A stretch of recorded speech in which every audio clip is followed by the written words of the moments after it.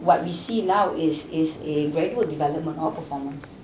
I mean, of course, getting the gold medal for any Olympic Games would be a dream come true for Malaysia, because we're to that pinnacle. That would be the final measurement of any success.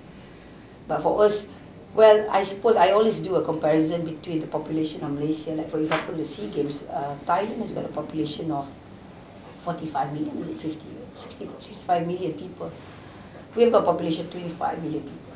Right? In America, in Europe, countries in America has been independent for 100 over years.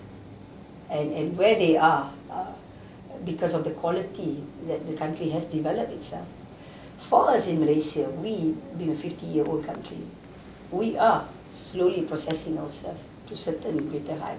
But again, if you see years ago, we are good at certain sports, but now we are better at other sports and not good at sports that we were good before years ago. And that, of course, has got a lot to do with the environment and the difference of the game itself.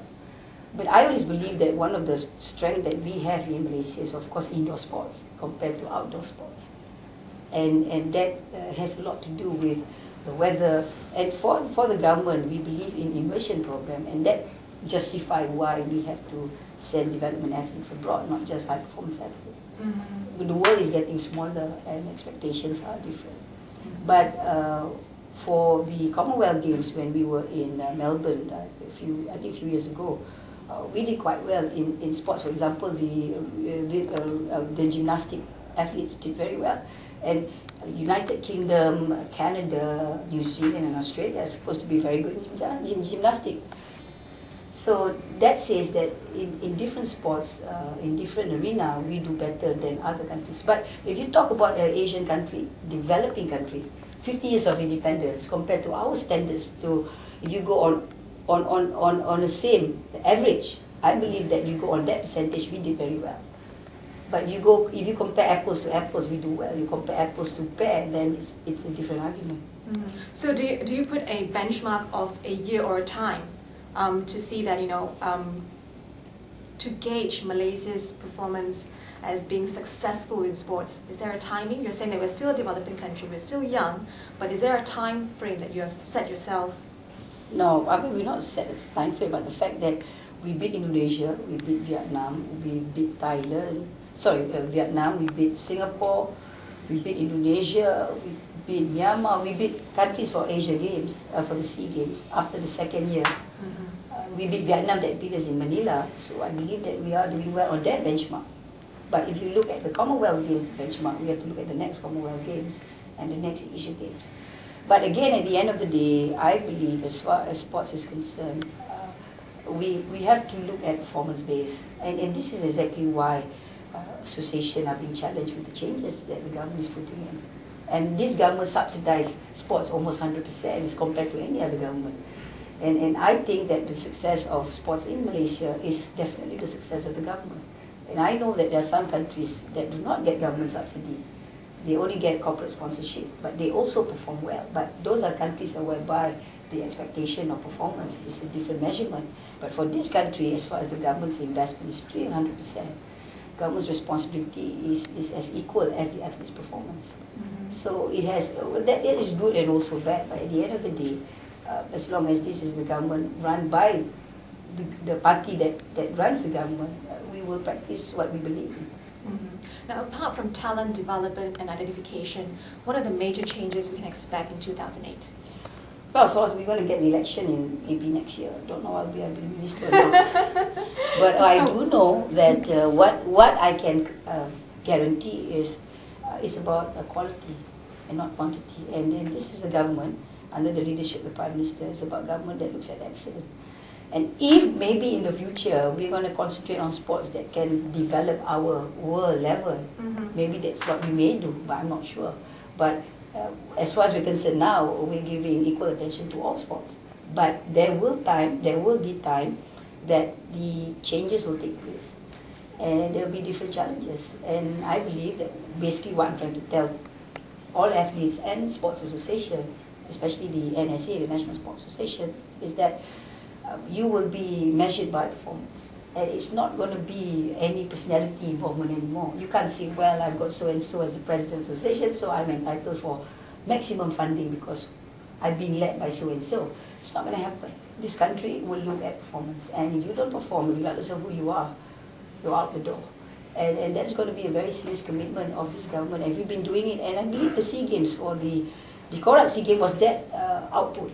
We managed to give that message. Maybe it affected 45% or 50%. But association and association, the athlete knows that this government is a very serious government and we're not going to compromise on anything. You don't perform, we're not going to support you anymore.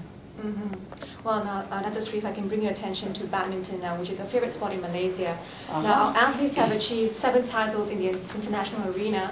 So, are you happy with that performance? Well, of course, if you ask about being happy, of course, the final measurement would be for the Olympic Games. I believe that in any games or the Olympic Games, that should be the final measurement. And if regardless of the 7 or whatever titles we get, if you get that, then we are there. But it's a big challenge for us because of China and Indonesia. Okay. And now to football, Dr. Sri. Must you ask me about football? Just your thoughts. If you choose not to, then please let me know. Yes. Just your concerns with Malaysia's performance in football, because there are so many fans who are watching and following the development, and sometimes they get disheartened. So I think it's doing them justice to find out, how are the changes and the shifts that the ministry is making towards, developing football.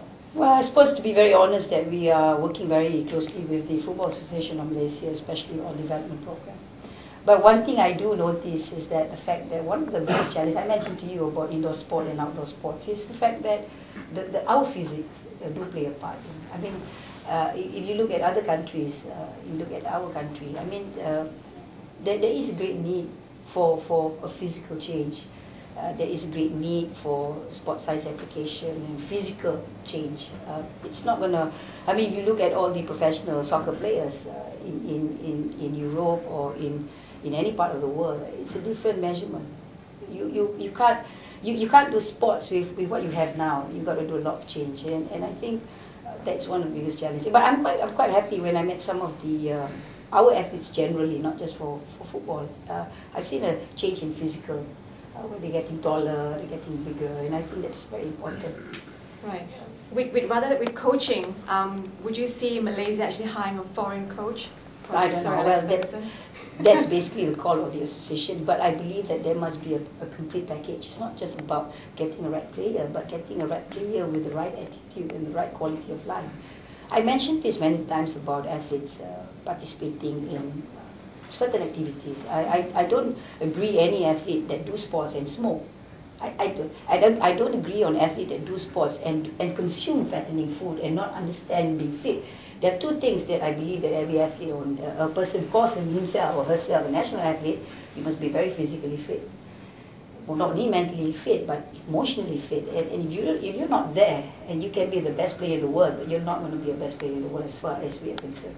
And I think a lot of athletes don't seem to understand that. Fine, we are there, but we're not there yet. And it takes a very high level of discipline to get a world-class athlete. And we're quite proud we've got some world-class athletes, but we want to have more world-class athletes. But at the end of the day, it doesn't matter what government does or what the association offers. The athlete himself or herself must know what they must do. And it's just about, for example, if being a politician, I don't work hard. I don't work hard, and I'm not always working. I'm not going to be where I am. And it's the same thing if you study in university, you study in school. You don't work hard and you don't study very hard, you're not going to be where you are. So the same thing for being an athlete. You can't imagine just because, well, I'm a national team, I'm good enough. It doesn't work that way. Doesn't it also come down to quality coaching? No, it's his personality. I believe you look at the coaches, you look at the association, you look at families, they've done everything. But if one athlete, he or she, does not want to take care of her or his life, and not want to be the best, I believe they're not going to go far. It doesn't matter. You can have the best coaches in the world, but if you're not going to perform to that standard, you're not going to get yourself far. And finally, Doctor, what are you hoping for the national side as well as the league side in football? I don't want to comment anything about football. Until and unless they're to the level that I see, then I'll comment. But I won't comment now.